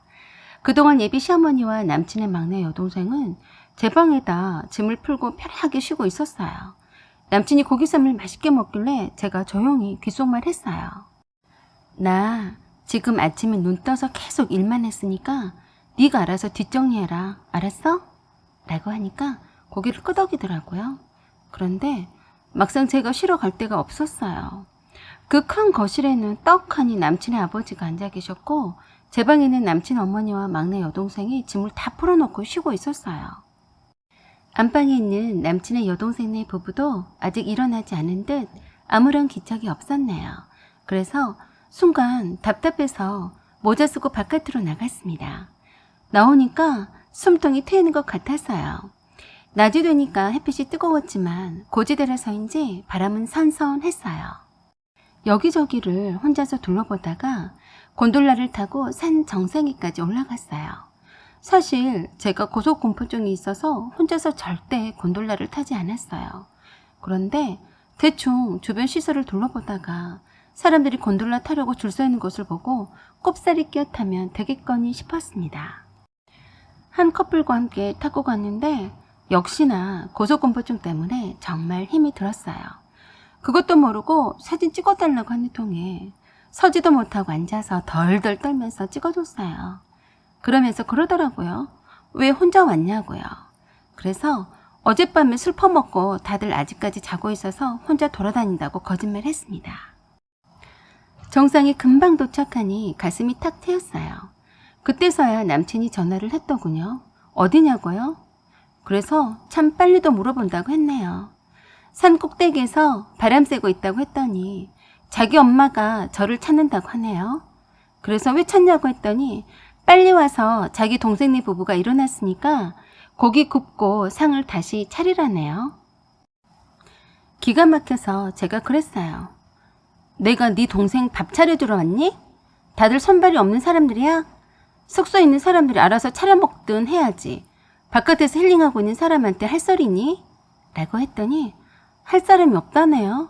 자기 동생네 부부는 술을 많이 먹어서 힘들어하고 부모님과 막내 여동생은 오늘은 힘들어서 안 된다고 하네요.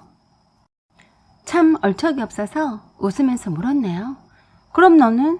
그랬더니 저를 빵 터지게 했습니다. 나?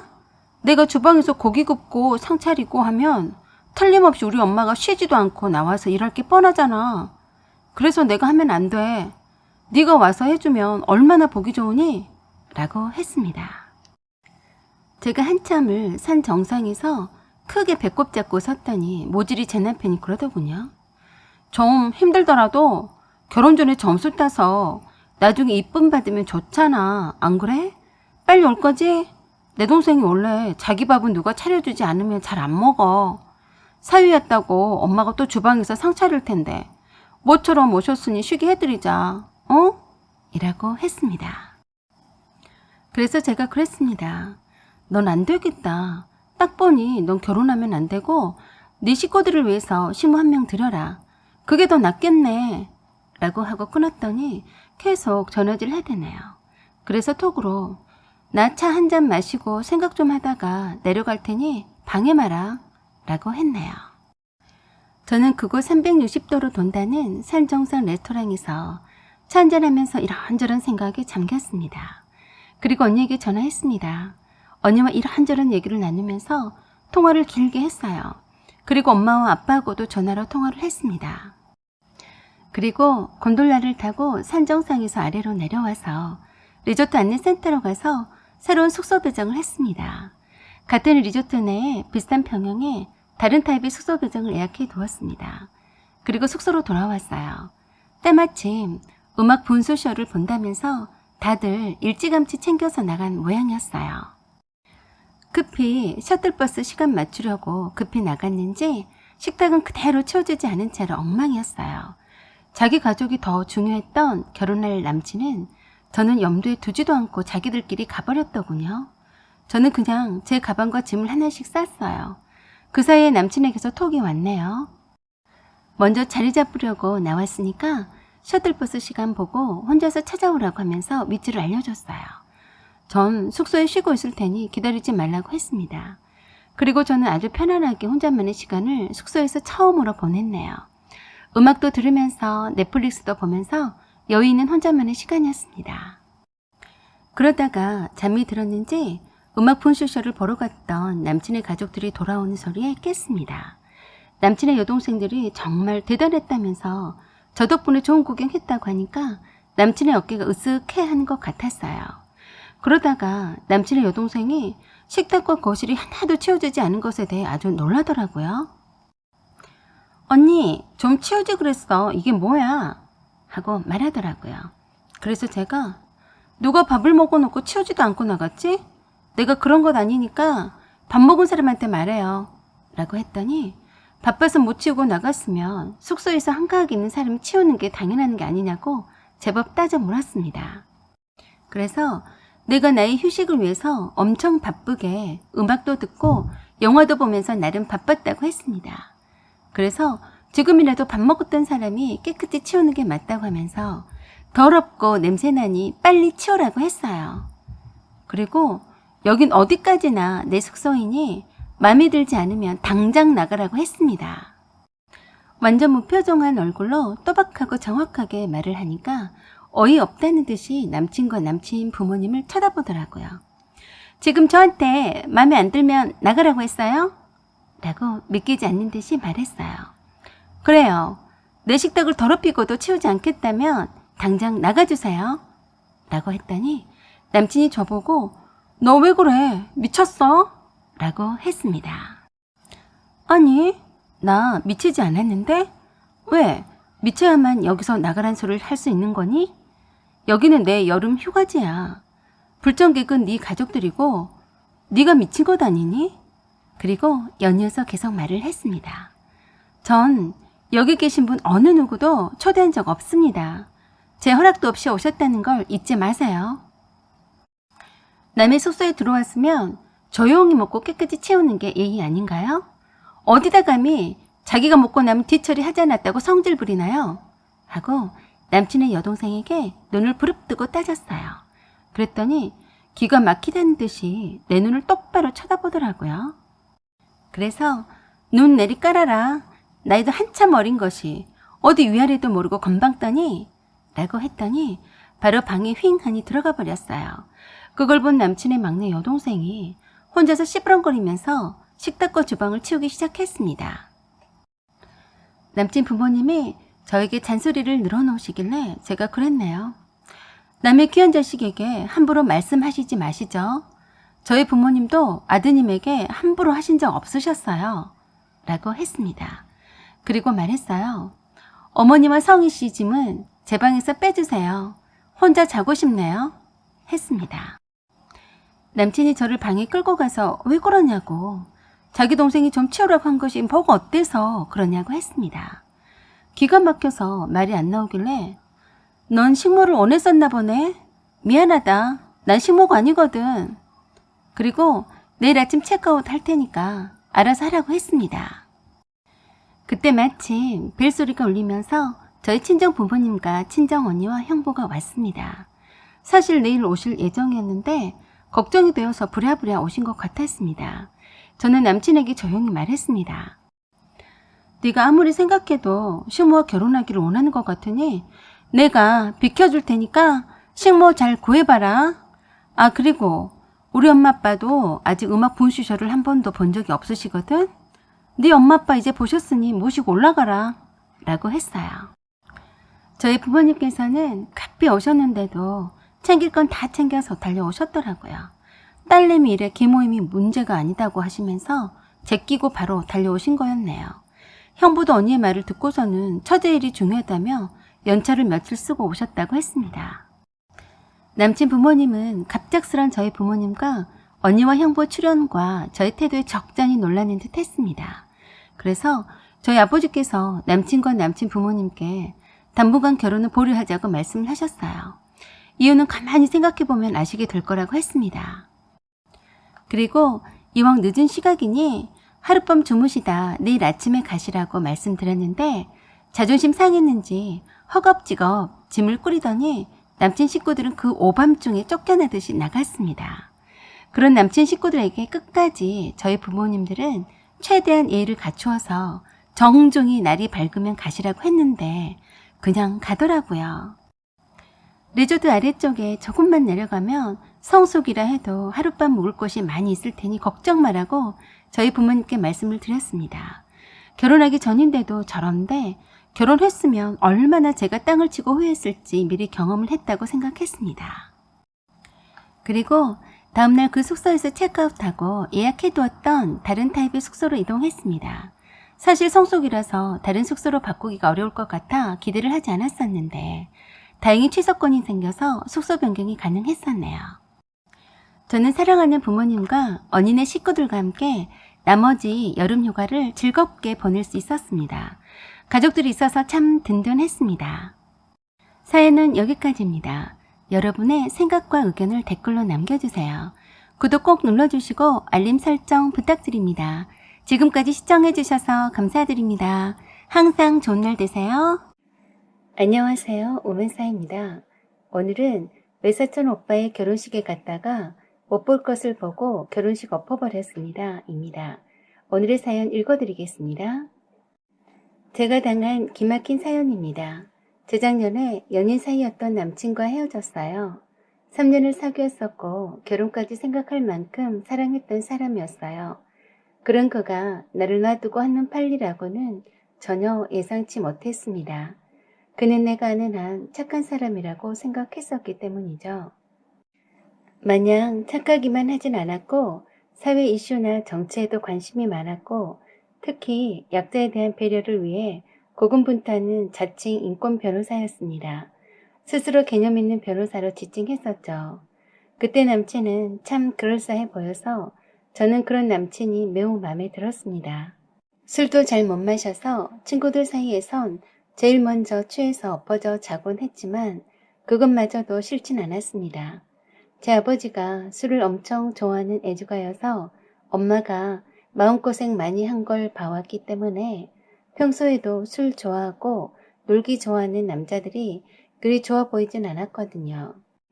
허우대만 멀쩡하고 속빈 강정 같은 남자들 많은데 남친은 발랑 까지지도 않고 맑고 순수한 영혼이라고 생각했는데 그게 아니라 멍충이 바보였었네요.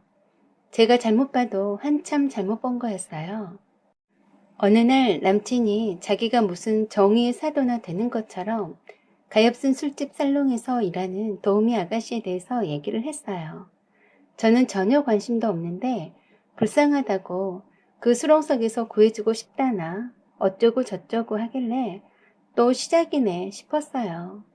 남친은 동창 친구들 모임에 나갔다가 뜻이 맞는 애들끼리 2차로 가자고 해서 마다했는데 뻔히 도움이 끼고 놀려는 걸 알기 때문에 빠지려고 했답니다. 그렇지만 친구들이 반강제로 끌려오다시피 했다고 하더군요. 친구 중에 돈 펑펑 쓰는 물주가 있어서 그날도 도움이 끼고 술 한잔씩 했다네요.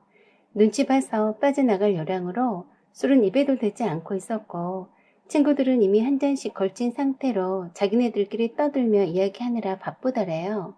그런데 도우미 중 한 여자가 옆에 다가와 앉더랍니다. 순진해 보인 생김새가 도우미를 할 사람 같진 않아 보였다네요. 처음엔 별로 대화를 나누고 싶진 않았는데 묘하게 그 여자의 하는 말에 빠져들더랍니다. 처량하게 슬픈 눈을 반쯤 내리깔면서 여기 오고 싶어서 온 게 아니고 강제로 끌려오다시피 한 거라면서 한숨을 쉬더래요. 원래 집안이 부유했었는데 아버지 사업이 망하면서 사채빚이 졌다면서 사채업자들에게 빚도촉에 시달리니까 마지못해 팔려오다시피 해서 어쩔 수 없이 도우미하면서 본 돈 몽땅 빚 갚는 데 들어가고 있다고 했답니다. 아버지 빚 다 갚기 전에는 여기서 빠져나갈 수 없다고 했다면서 세상에 그렇게 불쌍한 여자도 다 있더라고 했어요. 그러면서 부모님 모르게 술집 도우미 짓을 하는데 어디다 도움 요청할 곳도 없어서 갚아야 할 빚은 줄어들지 않고 있는데 도망가고 싶지만 도망갈 데도 없다고 했다네요. 남친은 왜 진작 빚이 그 지경으로 감당이 안 될 정도이면 파산 신청이나 개인 회생 절차를 밟지 않았냐고 반문하면서 물었는데 아버지 사업 일이라서 잘 모른다고 얼버무리더랍니다. 그래서 남친은 아마도 연대보증을 섰기 때문에 파산 신청을 해도 소용없었나 하고 갸우뚱했다네요. 그러면서 변호사이니까 혹시라도 법률적인 일로 상담 문의할 수 있겠냐고 하면서 명함을 달라고 해서 주고 나왔다고 했습니다.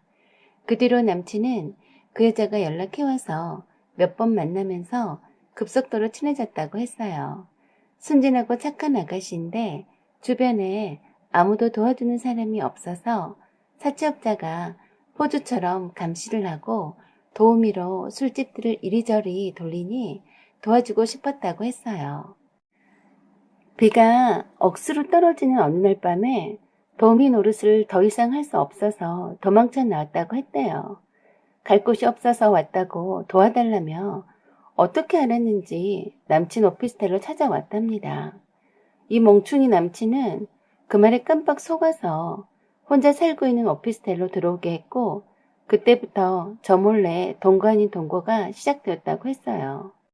그렇게 동거 아닌 동거가 리얼 동거로 변하게 되는 데는 얼마 걸리진 않았대요. 그때부터 바보 남친은 그 여자 물주가 되었습니다. 어떻게 해서 남친의 혼을 쏙 빼놓았는지 남친은 도우미한테 푹 빠져 있더라고요. 정말 이렇게 멍청하고 부족한 사람인 줄 몰랐습니다.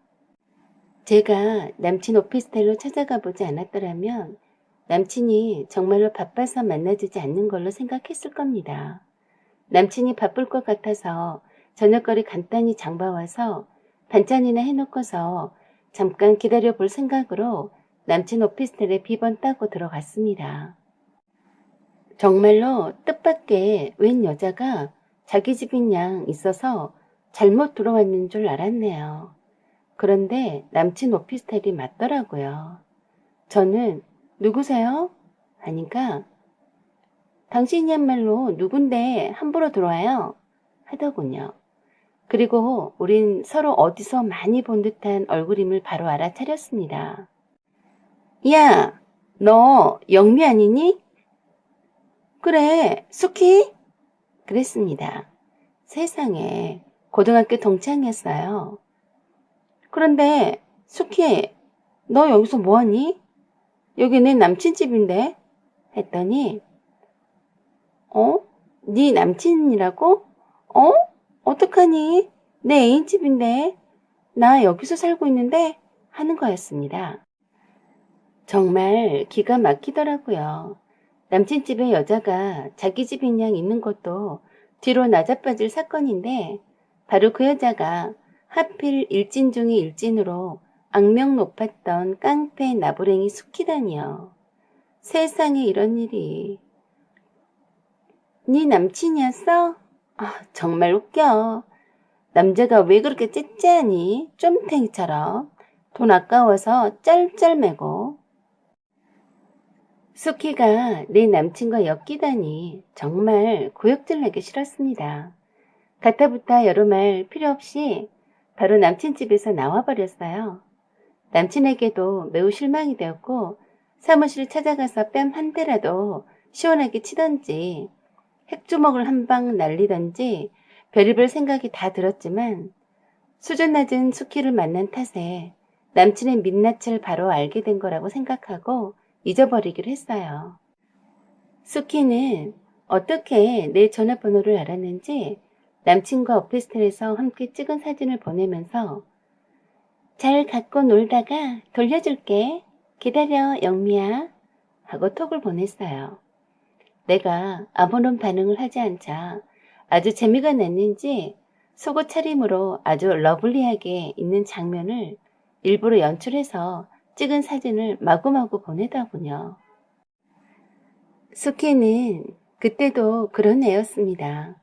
사생아로 태어나서 부모의 사랑 한 번 못 받아보고 엄마한테도 버림받아 보호시설에 돌아가며 맡겨져 자랐기 때문에 늘 열등감에 사로잡혀서 다른 애들을 괴롭혔어요. 수키가 보낸 사진들을 삭제하려다 말고 혹시 몰라서 저장해 두었습니다. 그리고 며칠 후 제가 오피스텔에 다녀가서 둘이 동거 사실을 알고 있다는 사실을 수키가 말해준 모양이에요. 만나자고 톡이 왔는데 저는 거절했습니다. 그리고 수키가 하는 말은 모두 거짓말이니 믿거나 말거나 모두 네 책임이니 어디 한번 당해봐 라고 톡만 보냈습니다. 아니나 다를까 한 달도 채 안 되어서 영미야 네 남친 돌려줄게 잘 갖고 놀았다 하는 톡이 왔더군요.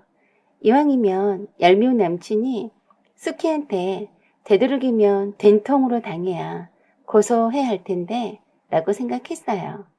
얼마 지나지 않아서 전 남친한테서 전화가 왔어요. 수키가 어디 있는지 짐작가는 데가 있는가 물어보더라고요. 역시나 수키는 제대로 한 건 하고 사라졌더라고요. 주말에 수면제 타서 먹여서 잠자는 동안 전남친 지갑에 있는 신용카드로 백화점 귀금속 코너에서 할부로 죄다 사재겼고 오피스텔 보증금 증액으로 보태려고 찾아놓은 적금 턴 돈도 어떻게 신용카드 출금 비번을 알아내는지 빼서 몽땅 가져갔다네요. 그래서 제가 어머 수키가 정말 좋아했나 보네. 그 정도로만 헤쳐먹은 것 보니 하고 말해주었습니다. 혹시라도 연락이 오면 경찰에 신고했다고 전해달라고 했어요. 쌤통이다 라고 생각했습니다. 그런 후 1년이 지난 어느 날에 외사촌 오빠 결혼식에 가게 되었습니다. 그날따라 엄마가 자기 자식 결혼식 마냥 들떠서 일찌감치 서두르셔서 이른 시각에 예식장에 도착했어요. 신랑 신부도 이제 막 도착해서 신부 대기실에 있었어요. 우리 식구들은 누구랄 것도 없이 아름다운 신부가 어떤 사람인지 궁금해서 오르르 몰려갔습니다. 신부보다 먼저 사촌 오빠한테 달려가서 축하한다고 전해주고 신부를 쳐다봤어요. 눈이 딱 마주쳤는데 저는 입을 딱 벌리고 말았네요. 나도 모르게 오마이갓! 이게 누구야? 너 수키 맞지? 저는 순간 외사촌 오빠를 쳐다봤어요. 이 여자랑 결혼한다고? 미쳤어 오빠? 나도 모르게 나와버린 소리에 저희 식구들이 왜 그러냐며 아는 사람이냐며 놀랐습니다. 수키는 저를 보자 얼굴이 창백해져 있더군요. 저는 남동생한테 신부 대기실 문을 잠그고 못 나가게 지키라고 했어요. 세상에나 이젠 우리 사촌 오빠 사기쳐 잡수려고 했니? 사촌 오빠가 언니한테 무슨 망발이냐고 하길래 언니는 무슨 언니? 이 여자 혼인빙자 전문 사기꾼에다 절도범이야. 지금 이 여자한테 당한 남자가 아주 애타게 찾고 있지. 오빠 이 결혼 무효야. 내가 아니었으면 우리 오빠 후루룩 훑어 잡수고 떠날 판이었겠네. 하고 말하니 얼굴이 빨개져서 아무 말도 못하고 안절부절 하더라고요. 그리고 전 남친에게 전화해서 예식장으로 오라고 했고 오기 전에 신고했던 경찰서에 연락해서 경찰 출동시켜서 잡아가라고 떠나갈 듯이 큰소리로 말했습니다. 그러자 도망치려고 웨딩드레스 입은 채로 나가려고 하길래 티아라를 쓴 머리채를 쥐어잡고 다리를 걸었더니 보기 좋게 발라당 넘어지더라고요. 저는 그 위에 올라타서 도망가지 못하게 누르고 있었는데 계속 발버둥 쳐서 언니와 남동생에게 붙잡고 있으라고 했어요. 이 기가 막힌 광경에 사촌 오빠는 어안이 벙벙해 하길래 전에 사기쳐 먹던 남자랑 찍은 사진이라며 다 보여주었어요. 그리고 같이 따라온 신부 친구들도 공범일지 모르니 붙잡아 두었어요.